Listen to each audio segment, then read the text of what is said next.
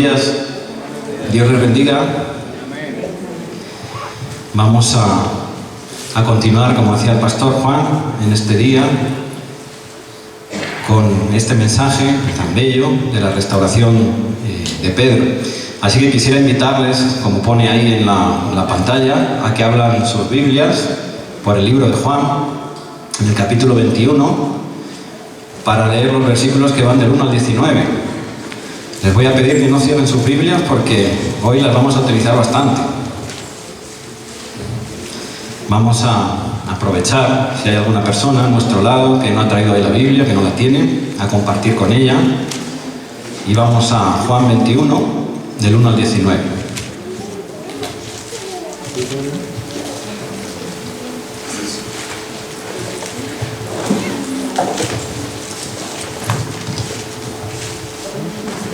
Dice así: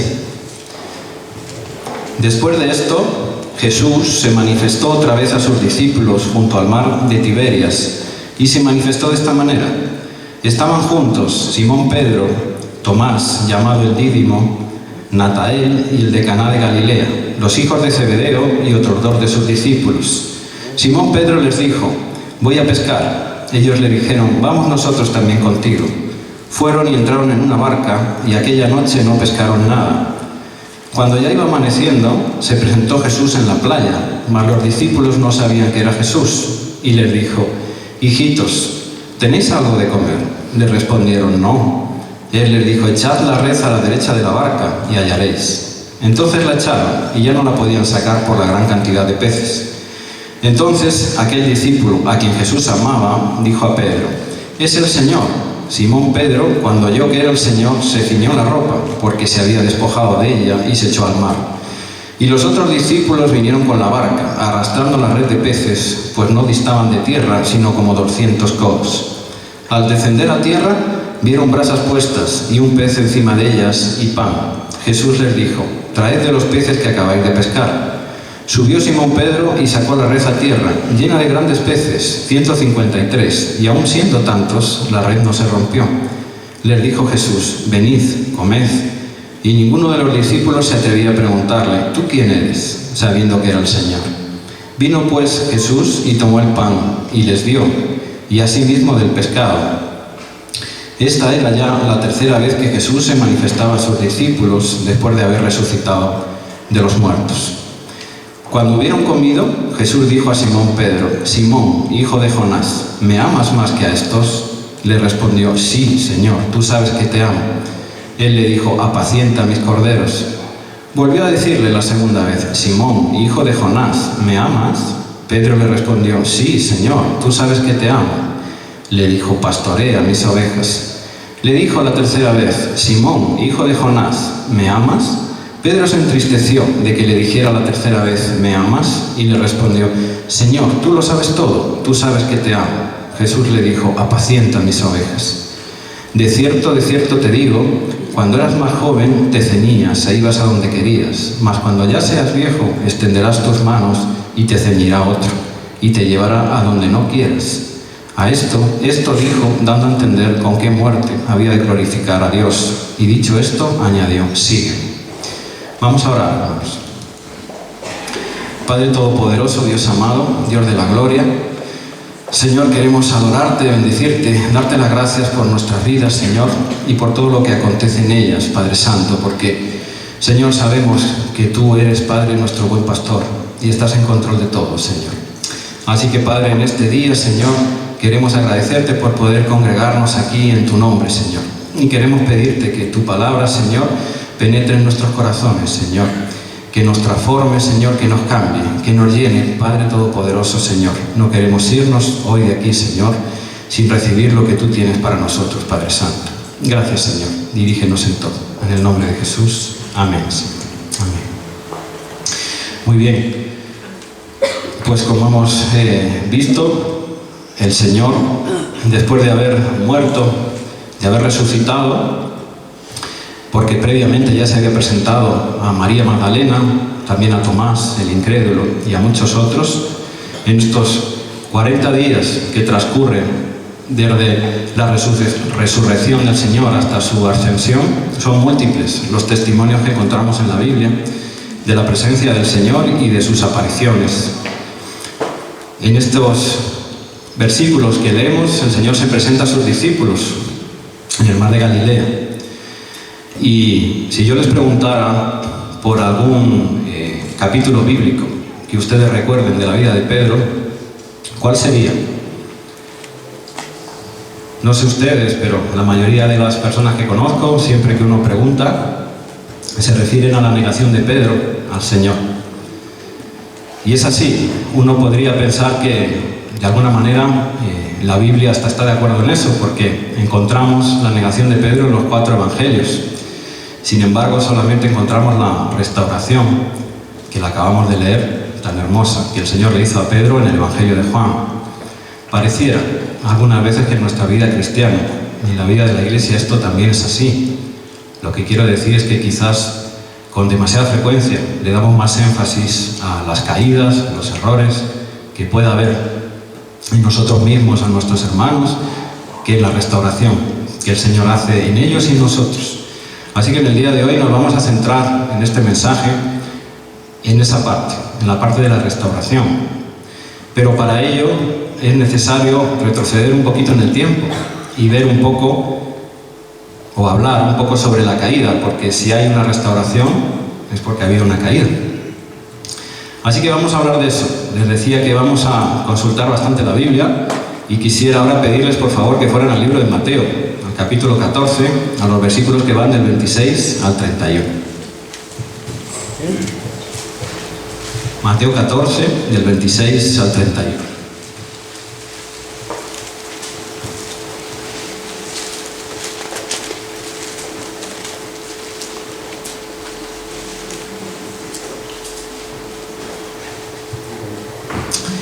Dice así, es un pasaje bien conocido también. Y los discípulos, viéndole andar sobre el mar, se turbaron diciendo, un fantasma, y dieron voces de miedo. Pero enseguida Jesús les habló, diciendo, tened ánimo, yo soy, no temáis. Entonces le respondió Pedro y dijo, Señor, si eres tú, manda que yo vaya a ti sobre las aguas. Y él dijo, ven. Y descendiendo Pedro de la barca, andaba sobre las aguas para ir a Jesús. Pero al ver el fuerte viento, tuvo miedo y comenzó a hundirse. Dio voces, diciendo, Señor, sálvame. Al momento, Jesús extendió la mano ante él y le dijo, hombre de poca fe, ¿por qué dudaste? Y es que, hermanos, como vamos a hablar ahora en estos momentos de la caída, para poder caer, uno primero tiene que haber estado en pie. Lo que quiero decir es que el mundo que hay ahí fuera, el mundo que no conoce al Señor, no tiene que caer, porque es un mundo que ya está caído. La persona que no tiene el amor de Dios es una persona que ya está caída. Su vida, su actitud, su forma de vivir es una vida en pecado, es una vida caída. Aquí vemos cómo Pedro duda por un momento del Señor y cómo cae al agua. Pero también vemos a un hombre que sigue el llamado. El Señor le dice, ven. Y Pedro valientemente sale de la barca, sale de su seguridad. En ese momento el resto de discípulos, este pasaje lo dice bien claro, se quedan en la barca. Ninguno de ellos tiene en ese momento el valor, el arrojo, la decisión de salir a caminar sobre el agua. Pensémoslo por un momento, había tempestad, era de noche, y el Señor le estaba invitando a caminar sobre las aguas. Ahí Pedro da un paso de fe, da un gran paso de fe ante un llamado del Señor. Y tiene un tropiezo, es cierto. Él cae. Y es que muchas veces, hermanos, como soldados que somos del Señor, estamos expuestos a las caídas, estamos expuestos a los ataques del enemigo. En una guerra, en una batalla, si hay soldados que están en la trinchera, en esa batalla, están pertrechados, están escondidos. Claro que tienen riesgo también de ser abatidos, de caer. Pero es el soldado que se levanta, es el soldado que sale de la trinchera y que avanza a posiciones y que quiere avanzar posiciones para su Señor, para ganar al enemigo, el que tiene más riesgo. de ser abatido, el que tiene más riesgo de caer, de disparar. Igual sucede con Pedro. En Mateo 26, 58 hay un versículo muy hermoso que dice así, voy a leérselo para no movernos tanto. Mas Pedro le seguía de lejos hasta el patio del sumo sacerdote y entrando se sentó con los alguaciles para ver el fin. Este versículo precede, ustedes lo saben, a la negación de Pedro con respecto al Señor. De nuevo vemos aquí un Pedro valiente. Si según la Biblia solamente hubo 2 discípulos que estuvieron allí, los estudiosos nos dicen que uno de ellos fue Juan, pero Juan estuvo en una condición muy diferente en la casa del sumo sacerdote, porque al parecer Juan era hijo de personas notables en aquel tiempo y tenía conocidos en esa casa. Es decir, Juan entró de una manera, vamos a decir, mucho más segura a esa casa. Sin embargo, Pedro no. Debemos recordar que Pedro viene de haberle cortado una oreja a uno de los servidores del sumo sacerdote. Pedro viene de haberse enfrentado a ellos. Y el versículo nos dice además, Pedro entra furtivamente en la casa y Pedro se sienta, dice el versículo, rodeado de alguaciles. Este es un hombre valiente, hermanos. Se puede decir de Pedro, de sus caídas, de muchas cosas, pero este es un corazón que ama al Señor. Él quiere estar cerca de su Señor, quiere sentirle cerca, quiere estar con Él. Así que, hermanos, ninguno estamos libres de caer, ninguno estamos libres de tropezar. Una vez más, en Mateo, en el capítulo 26, los versículos que van del 31 al 35, si quieres buscarlos, tenemos la negación de Pedro al Señor. Pero quiero sobre todo llamarte la atención sobre el versículo 31. Búscalo en tu Biblia, porque es un versículo muy importante. Mira lo que dice este versículo tan hermoso. Entonces Jesús les dijo, todos vosotros os escandalizaréis de mí esta noche, porque escrito está, heriré al pastor y las ovejas del rebaño serán dispersadas. El Señor sabe que tarde o temprano todos habremos de fallar, habremos de caer. Es por eso que pagó con su vida, por todos nosotros, por restaurarnos, por rescatarnos. Él cargó con nuestros pecados, con nuestras debilidades.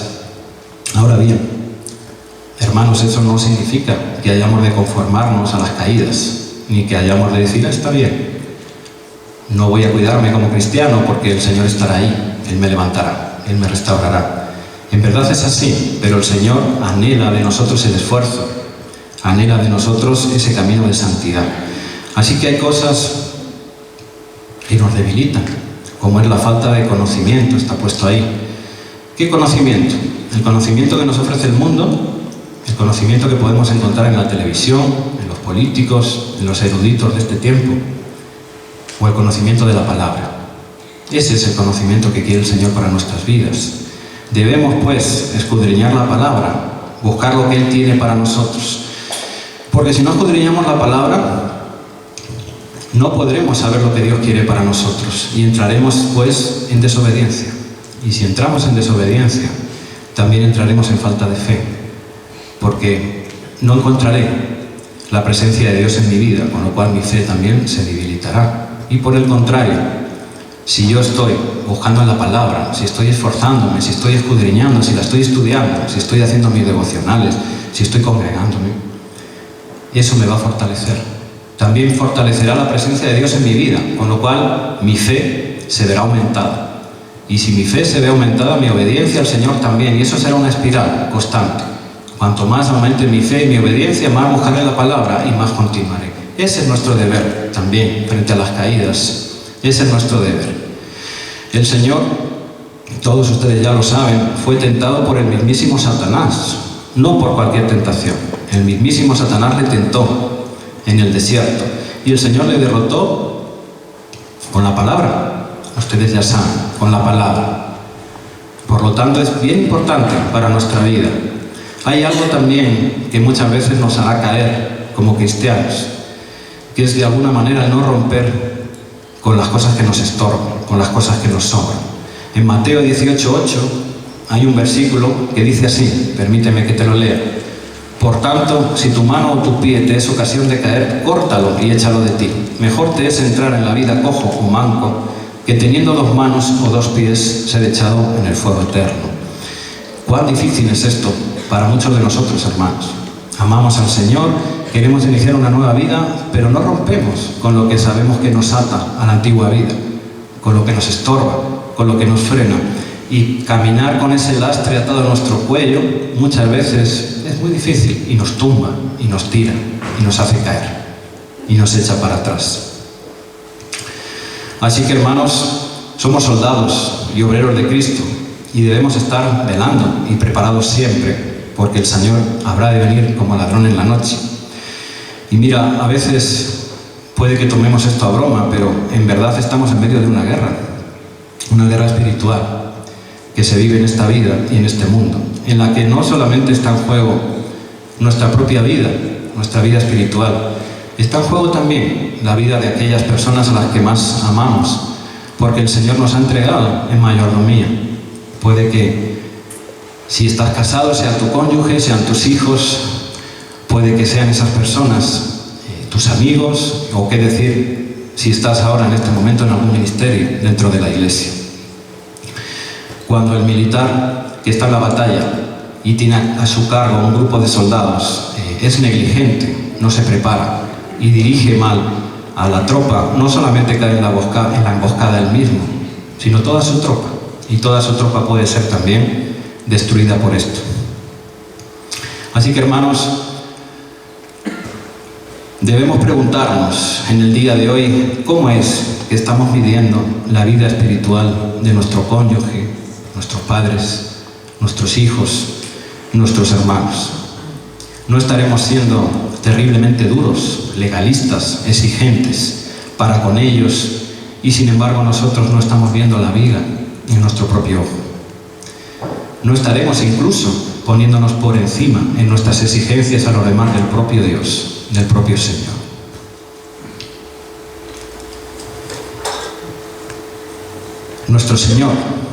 Nuestro Señor es el gran restaurador.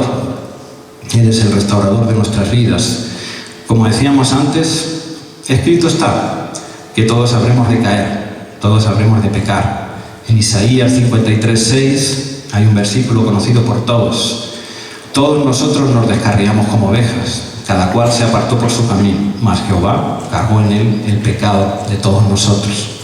Como decíamos antes, el Señor sabe de nuestras caídas mucho antes que nosotros mismos. Nadie nos conoce como Él, nadie más.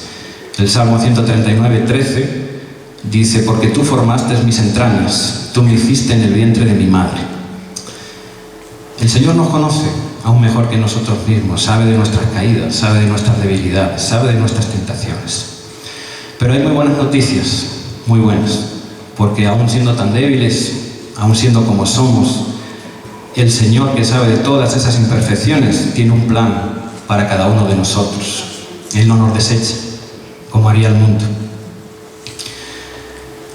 Busca en Lucas, por favor, Lucas 22, los versículos que van del 31 al 34. Lucas 22, del 31 al 34. Y de nuevo voy a llamarte la atención sobre todo el pasaje, pero especialmente sobre el versículo 32. ¿Ya lo tienes? Lucas 22, del 31 al 34, dice así este pasaje. Dijo también el Señor: Simón, Simón, he aquí Satanás os ha pedido para zarandearos como a trigo. Mira este versículo, hermano. Pero yo he rogado por ti, que tu fe no falte, y tú, una vez vuelto, confirma a tus hermanos. Él le dijo: Señor, dispuesto estoy a ir contigo no solo a la cárcel, sino también a la muerte. Y él le dijo: Pedro, te digo que el gallo no cantará hoy antes que tú niegues 3 veces que me conoces. Tremendo es este versículo 32, hermanos. Léelo otra vez conmigo. Pero yo he rogado por ti, que tu fe no falte, y tú, una vez vuelto, confirma a tus hermanos. El Señor no solamente conocía que Pedro iba a caer. El Señor, que todo lo sabe y está en control de todo, sabía que Pedro iba a regresar, y estaba ya orando para que Pedro, en ese tiempo de prueba, en ese tiempo de transformación, se renovase, de tal manera que incluso el Señor ya le tenía preparado una misión diferente. Cuando regreses, confirma a tus hermanos. El Señor ya estaba hablando en medio de una caída, y esto es lo maravilloso del Señor. Ya estaba hablando de que Pedro se iba a levantar aún más fuerte, con nuevas cosas, con una misión diferente, una misión más importante. Y así es como el Señor nos forma y prepara. Por medio de las pruebas trabaja nuestros defectos. Él pule nuestras aristas, lo sucio, lo que nos estorba, lo que no nos deja crecer, lo que no es de bendición ya no solo para Él, sino para nuestra propia vida y para la vida de las personas que amamos. El Señor nos trabaja por medio de las pruebas y de las caídas. Por eso es que quizá nuestra concepción de las caídas debe de cambiar, tiene que cambiar. Y este es nuestro Dios, un Dios de gracia y de misericordia. Mira este versículo también en Isaías 43:4. Déjame que te lo lea para que no les haga moverse tanto por la Biblia. Dice: porque a mis ojos fuiste de gran estima, fuiste honorable y yo te amé. Daré pues hombres por ti y naciones por tu vida. Porque a mis ojos fuiste de gran estima, fuiste honorable. Esos son los ojos de Dios, hermanos. Ese es nuestro Dios y es un Dios maravilloso. Porque solo a sus ojos, nosotros, impuros, llenos de defectos, llenos de pecado, llenos de malos pensamientos, tantas veces podemos ser así, honorables, como dice la palabra de Dios. Esos son los ojos de nuestro Dios. Y también dice: y yo te amé. Y esto también es hermoso, porque el Señor nos amó primero. Él nos amó primero. Por eso es su gracia y su misericordia para nuestras vidas. Él es nuestro buen pastor, nuestro Jesús Redentor. En Mateo 18 tienes la parábola de la oveja perdida. ¿Quién como Él? ¿Quién como nuestro Señor? Que deja también la comodidad, como aquel día Pedro hizo en la barca, la comodidad, y va a buscar a la oveja perdida. Eso vino a morir por nosotros, a buscar a todos nosotros que estábamos perdidos, y dejó la comodidad de su reino, porque es su voluntad, que no se pierda ninguno de estos pequeños, dice esa parábola. Y yo te pregunto, ¿quiénes son esos pequeños? A veces pensamos que los pequeños son los que están ahí fuera, o que los pequeños son los hermanos, que desde aquí veo, desde el púlpito, y uno no piensa muchas veces que nosotros mismos somos los pequeños. El Señor vino a que ninguno de nosotros nos perdiéramos, y esa es nuestra labor también como iglesia, buscar al perdido. Porque también está escrito en este versículo y en la palabra: el regocijo del Señor es mucho mayor cuando se reintegra a un perdido, al rebaño, que por los que se mantienen.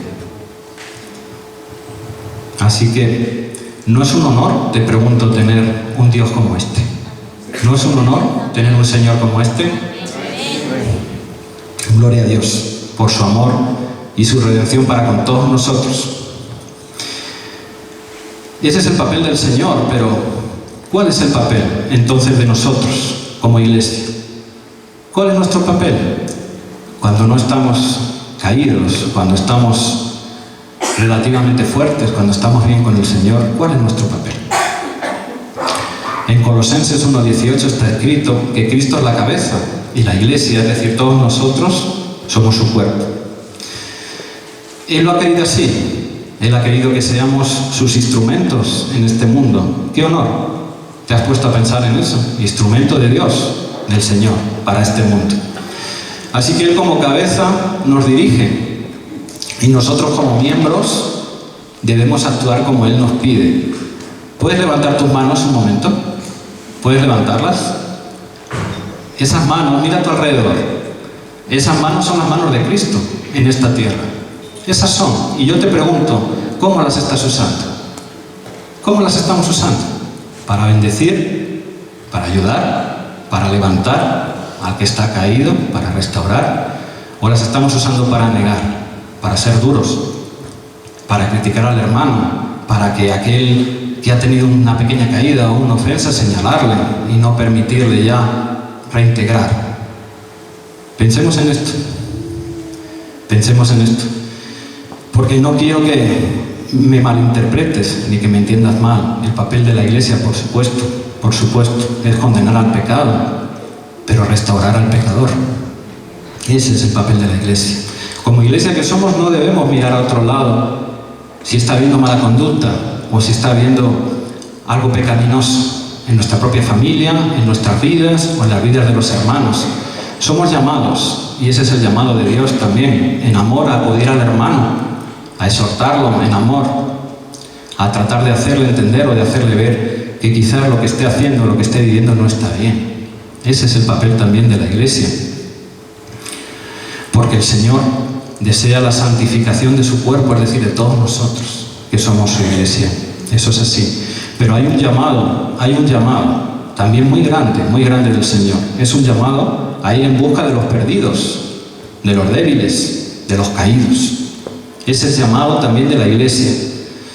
La palabra está escrita: los fuertes apoyen a los débiles. Eso dice la palabra. En la misma batalla que antes poníamos como ejemplo, si un soldado es abatido en el frente de batalla, en medio de la batalla es caído, el resto de soldados van a buscarle, van a recogerle, lo cargan incluso, si es necesario, y lo llevan a los sanitarios. Ahí tiene lugar un proceso de sanación, un proceso de restauración, que si es bajo el amor de Dios y es también manteniéndonos en el Señor, será un proceso de sanidad, que no solamente permitirá que ese soldado se recupere, permitirá que pueda volver al frente con más experiencia, más fuerte, que pueda volver más preparado para la batalla. Y quién sabe, hermano, quién sabe si ese mismo soldado tenga que recoger otro día de batalla al que primero le recogió a él. Así son las batallas, y así debe ser nuestra vida cristiana también.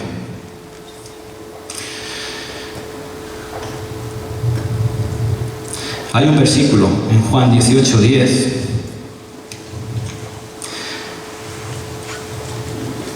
que nos dice: entonces Simón Pedro, que tenía una espada, la desenvainó e hirió al siervo del sumo sacerdote y le cortó la oreja derecha. Y el siervo se llamaba Malco. Este versículo, hermano, nos habla también de nuestro servicio al Señor.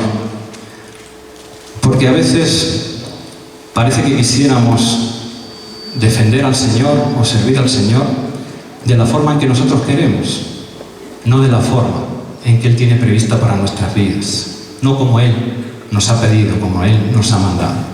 Porque reaccionamos ante la ofensa que percibimos contra Él con una ofensa aún mayor, si podemos. El ejemplo de Pedro en este versículo es un ejemplo claro. Él ama al Señor, quiere defenderlo, saca su espada.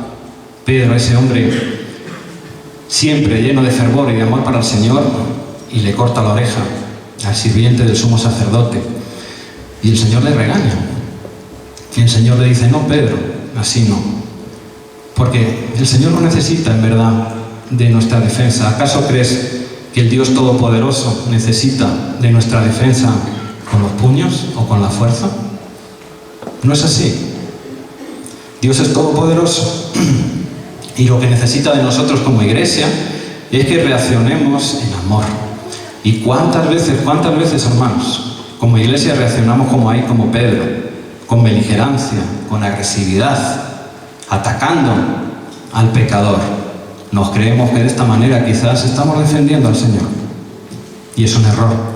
Nuestro papel como Iglesia es defenderle obedeciendo al Señor, obedeciendo, devolviendo bien por mal. Eso dice la palabra.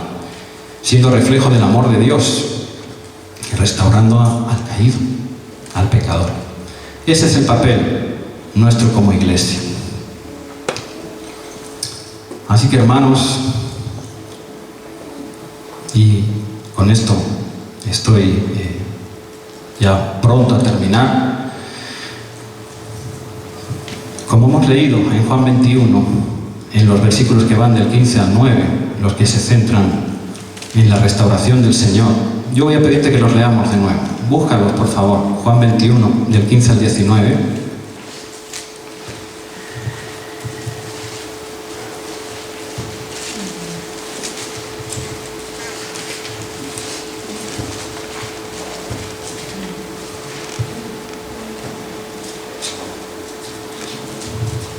¿Ya los tienes? Juan 21, del 15 al 19. Leámoslo juntos, por favor. Cuando hubieron comido, Jesús dijo a Simón Pedro: Simón, hijo de Jonás, ¿me amas más que a estos? Le respondió: sí, Señor, tú sabes que te amo. Él le dijo: apacienta mis corderos. Volvió a decirle la segunda vez: Simón, hijo de Jonás, ¿me amas? Pedro le respondió: sí, Señor, tú sabes que te amo. Le dijo: pastorea mis ovejas. Le dijo la tercera vez: Simón, hijo de Jonás, ¿me amas?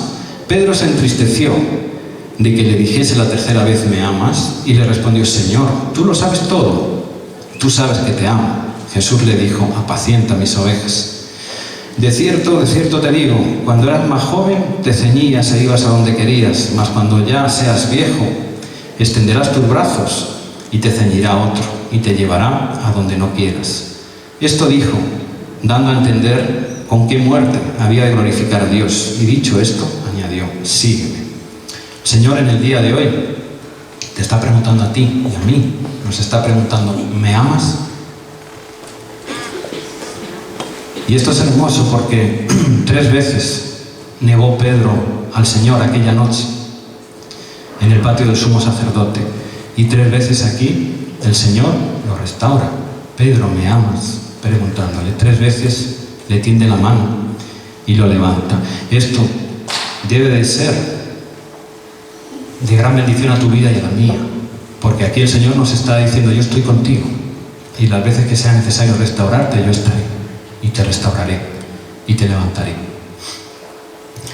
Como a Pedro, si nos mantenemos en Él, sobre todo ahí, en medio de la caída, en medio del tropiezo, no solamente se conformará el Señor con levantarnos y restaurarnos, sino que lo hará mucho más fuertes. Nos preparará en ese tiempo de desierto, en ese tiempo de prueba, en ese tiempo de dolor. Si nos mantenemos aferrados al Señor, Él nos levantará, preparados para servirle en mayores cosas, más fuertes, como cristianos, más listos. Y también hay algo hermoso en estos versículos. En el primer lugar en que fue llamado Pedro por primera vez, el mar de Galilea, donde el Señor fue a buscarle como discípulo, tiene lugar también esa restauración. En el mismo sitio, hermano. Esto es bien hermoso, porque es el mismo lugar, es el mismo Jesús, pero Pedro ya no es el mismo. Ya no lo es. Y no lo será nunca. Ya no lo será nunca. Esa experiencia le ha transformado, le ha cambiado, le ha hecho más fuerte. Y también en estos versículos hemos visto que hay todo un llamado a nuestra vida. El Señor nos llama: pastorea mis ovejas. Ese es un llamado para todos nosotros.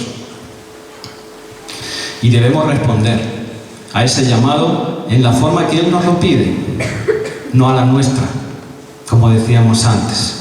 No en nuestras fuerzas, no a nuestra manera, sino negándonos a nosotros mismos, como dice la palabra, y obedeciendo a la palabra, humillándonos, sometiéndonos. Tu Señor y mi Señor restaurador es el mismo Señor que lavó los pies a Pedro también.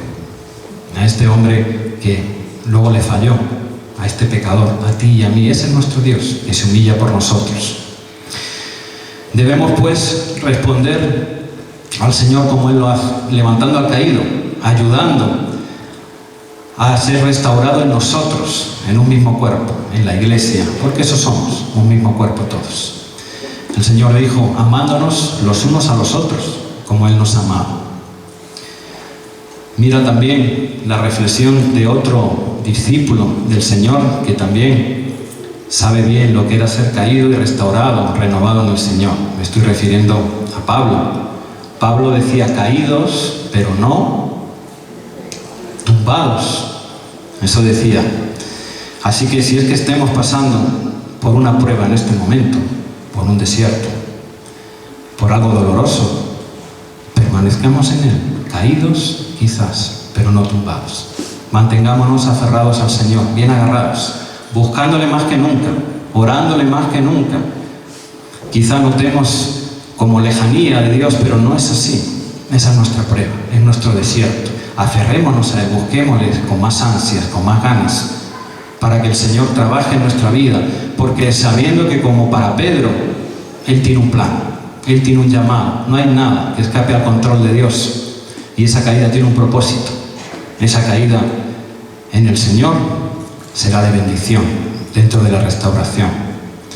Y como iglesia, hermanos, seamos esa iglesia santa y sin mancha de la que habla la palabra. Estemos pues preparados en oración, escudriñando la palabra, preparándonos como obreros diligentes que no tienen de qué avergonzarse, que aplican bien la palabra de verdad, como está escrito. Esforcémonos pues por no caer, por no tropezar. Seamos, hermanos, en definitiva, una congregación, una iglesia, donde se hable más de las restauraciones que de las caídas, donde haya fiesta cada vez que un hermano es reintegrado a la iglesia, cada vez que un hermano que viene quizá de una prueba, de un tropiezo, es restaurado, porque fiesta hay en el reino de los cielos. Seamos nosotros pues esa iglesia, esa congregación. Te invito a orar. Vamos a orar, por favor. Sí, Señor, Padre Todopoderoso, Dios bendito, Dios amado, queremos agradecerte, Señor, porque en verdad, Padre, no hay nadie como tú, Señor. No hay un Dios como tú, Padre. Un Dios que nos ame tanto, Señor, a pesar de todas nuestras ingratitudes, Señor, a pesar de todos nuestros pecados, Señor. ¿Cuántas veces, Señor, cuántas veces somos rebeldes, Señor, contra ti?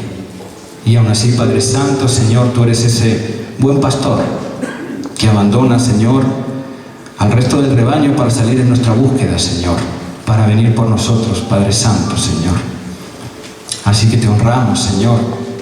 Te damos a ti la gloria porque, Señor, tanto amor, Padre Santo, sobrepasa nuestro entendimiento, Señor, y nuestra comprensión, Padre Todopoderoso, Señor. En el día de hoy, Padre Santo, así orando como estamos, Señor, humillados delante de ti como tú quieres, Señor, que tu pueblo se humille. Queremos pedirte perdón, Señor, perdón. Si en este momento, Padre amado, Señor, alguno de nosotros está pasando por una prueba, Señor, por una caída, por un desierto, Padre Santo, Señor, sabemos que tú vas delante, Padre, como lo hiciste, Señor, hace tantos años con el pueblo de Israel, que, Padre Santo, tú te hacías ver en la noche y también en el día, Padre. Señor, sabemos que en medio de esta prueba, en medio de este dolor, tú estás ahí, Señor. Y, Padre, no queremos, Señor, soltarnos de ti, ni renegar de ti, más al contrario, Señor. Queremos, en medio de las dificultades, testificarte, Señor, nuestra fidelidad, nuestro amor a ti. Ahí queremos estar aferrados, agarrados, Señor, para que tú nos saques de este desierto, Señor, para que tú nos lleves a una tierra nueva, siendo unas personas nuevas también, Señor, mejores que antes, Padre Santo, Señor. No solo esa tierra que nos está esperando, hermanos, será mejor, sino nosotros mismos también seremos mejores, restaurados, levantados, limpiados por la mano de Dios, por la mano del Señor. Y, Señor, también queremos orarte como iglesia. Queremos, Señor, pedirte, Padre Santo, que pongas en nosotros ese corazón, Señor. Ese corazón que tú quieres, un corazón humilde, Señor. Un corazón amoroso. Un corazón, Señor, lleno de ternura, Padre Santo, como tú nos has pedido. Queremos ser, Señor, esa iglesia que ayude a restaurar, Señor. Queremos, Padre Santo, no hacer las cosas a nuestra voluntad, sino a la tuya, Señor. Queremos ser esa iglesia, Padre, preocupada del hermano que está en su desierto, del hermano que lo está pasando mal, Señor. Ser capaz, Padre Santo, de ir a buscarle, como tú haces, Señor, con nosotros. Ser capaz de ir a levantarle, ser capaces de ir a restaurarle, Señor. Perdónanos, Padre, y danos la fuerza, Dios Santo. Danos la fuerza para ser, Señor, esa congregación santa, Señor, esa congregación sin mancha que tú estás buscando, Padre Santo. Ayúdanos, Señor, porque escrito está que quizás hoy podamos estar fuertes, Señor, pero mañana quizás podamos caer, Señor. Por eso, Padre Santo, queremos ocuparnos los unos de los otros, Señor, como tú escribiste, Padre. Gracias, Señor, porque no hay nadie como tú, Señor. Gracias, Padre Santo, por tu amor, Señor, por tu fidelidad, por tu dirección. Te amamos, Señor, te alabamos, te glorificamos. Amén, Señor.